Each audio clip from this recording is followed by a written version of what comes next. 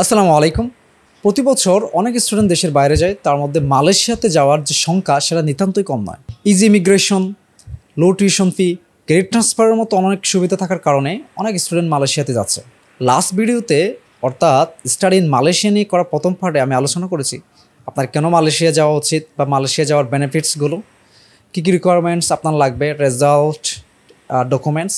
Finally আমি আলোচনা করেছি মালয়েশিয়াতে আপনার পড়াশোনা করতে যেতে হলে আপনার কী পরিমাণ কস্টিং বা খরচ প্রয়োজন আছে।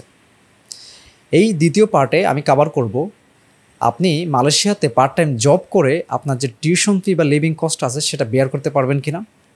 এরপর হচ্ছে ল্যাঙ্গুয়েজ রিকোয়ারমেন্ট কী, সেটা কীভাবে ফুলফিল করবেন। ফাইনালি আমি আলোচনা করব মালয়েশিয়া থেকে অন্যান্য দেশে যাওয়ার জন্য ক্রেডিট ট্রান্সফার করে আপনি কীভাবে যাবেন বা ক্রেডিট ট্রান্সফার ছাড়া আপনি কীভাবে অন্য দেশে মুভ করবেন এই বিষয়ে।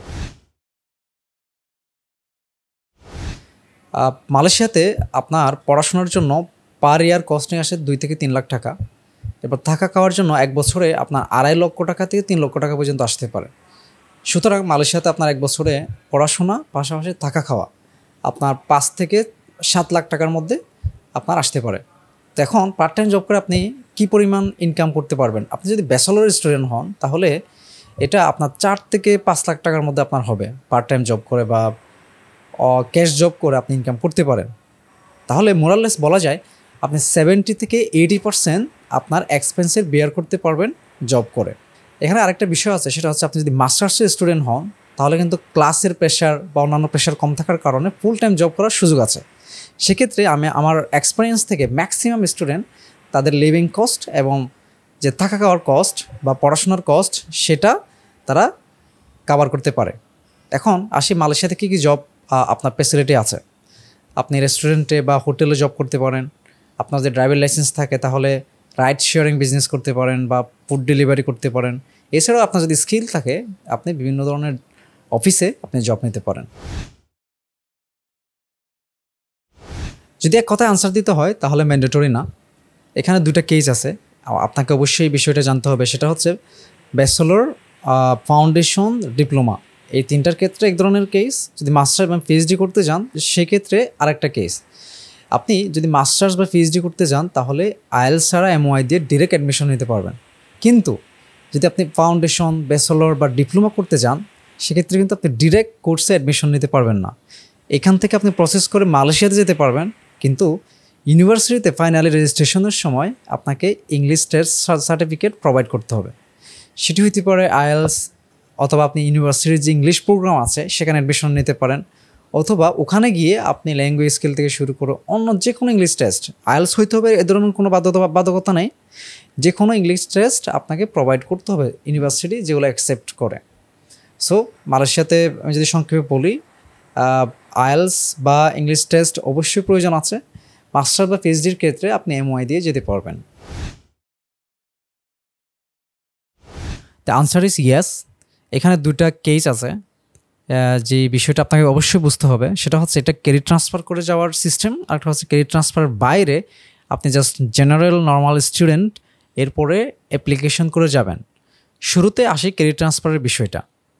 আপনাকে ক্রেডিট ট্রান্সফার করতে মিনিমাম 1 থেকে 1.5 বছর মালয়েশিয়াতে পড়াশোনা করতে হবে। তো ক্রেডিট ট্রান্সফারের আইডিয়াটা কি?